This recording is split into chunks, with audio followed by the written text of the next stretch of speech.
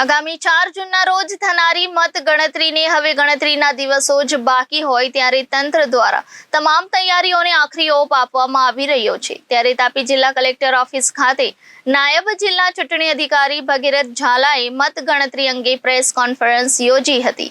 23 બારડોલી લોકસભા પર 98 ઈવીએમના ટેબલ અને 28 postal બેલેટના table પર મતદાન ગણતરી કરવામાં આવશે। તાપીના સોનગઢ ખાતે આવેલ સરકારી વિનયન અને વાણિજ્ય કોલેજ ખાતે 23 બારડોલી લોકસભાની મત ગણતરી કરવામાં આવશે। 1700 થી વધુ કર્મચારીઓ મતદાન ગણતરીમાં જોડાશે।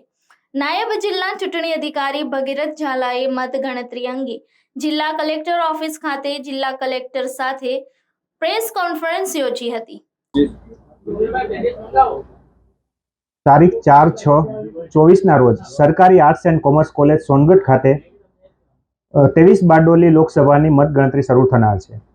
સવારે 8 વાગે મતગણતરી શરૂ થશે। કુલ 13,27,628 મતોની ગણતરી થનાર છે તથા 15,700 પોસ્ટલ બેલેટ, જેમાં 98 ઈવીએમના ટેબલ્સ હશે તથા 28 પોસ્ટલ બેલેટ કાઉન્ટિંગના ટેબલ હશે।